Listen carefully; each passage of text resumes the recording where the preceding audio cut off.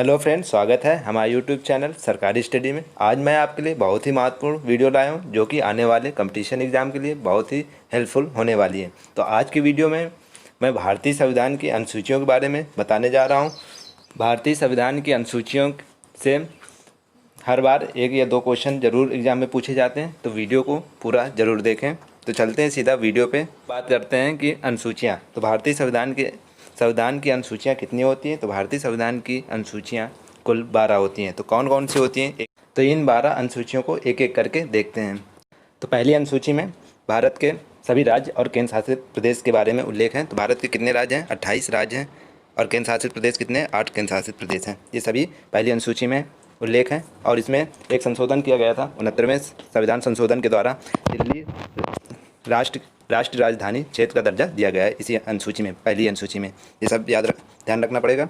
तो दूसरी अनुसूची में क्या है? तो दूसरी अनुसूची में है कि वेतन, भत्ते और पेंशन आदि का उल्लेख दिया गया है कि इसमें कि भारतीय राज्य व्यवस्था के विभिन्न पद अधिकारी को प्राप्त होने वाले वेतन, भत्ते और पेंशन आदि का उल्लेख किया गया है।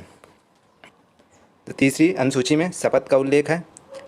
विभिन्न पद अधिकारियों द्वारा पद ग्रहण के समय ली जाने वाली शपथ का उल्लेख तीसरी अनुसूची में। चौथी अनुसूची में इसमें विभिन्न राज्यों तथा संसदीय क्षेत्रों की राज्यसभा में प्रतिनिधित्व का विवरण दिया गया है कि राज्यसभा की सीटों का बंटवारा किया गया है चौथी अनुसूची में। पाँचवीं अनुसूची में इसमें विभिन्न अनुसूचित क्षेत्रों और अनुसूचित जनजाति के प्रशासन और नियंत्रण के बारे में उल्लेख है। अनुसूचित जाति और अनुसूचित क्षेत्रों के बारे में पाँचवीं अनुसूची में है।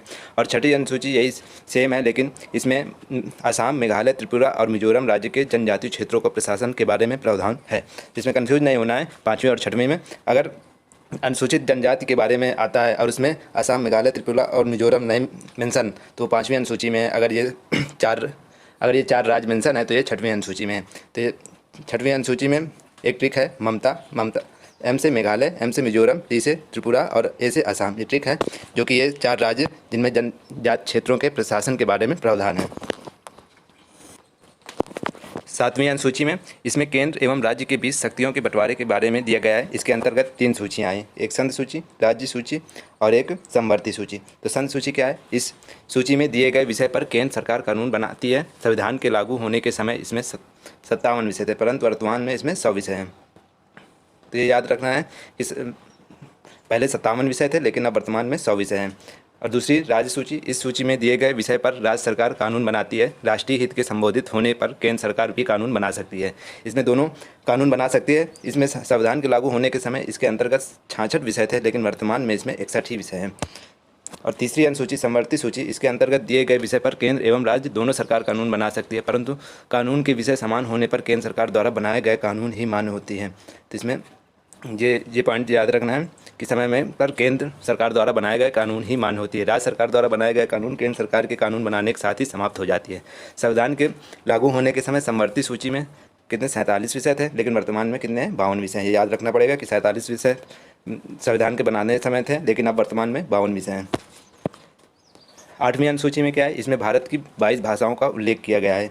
मूल रूप में आठवीं अनुसूची में 14 भाषाएं थी, लेकिन कुछ संशोधन किया गया है। जैसे 21वें संशोधन में सिंधी भाषा को रखा गया है, और 71वें संशोधन में कोणार्की, मणिपुर तथा नेपाल, और 92वें संशोधन में मैथिली, संथली, डोगरी एवं बोडो को 8वीं अनुसूची में शामिल किया गया है। इसकी ट्रिक है 1992 में 71वें संविधान संशोधन में तो नमक, एम से नेपाली, एम से मणिपुरी, के से कोंकणी भाषा रखी गई है। और दूसरी ट्रिक है 92वें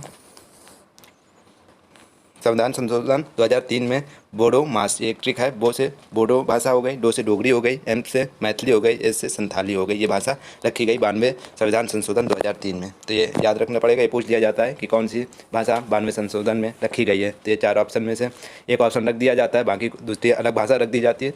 तो ऐसे याद करना पड़ेगा।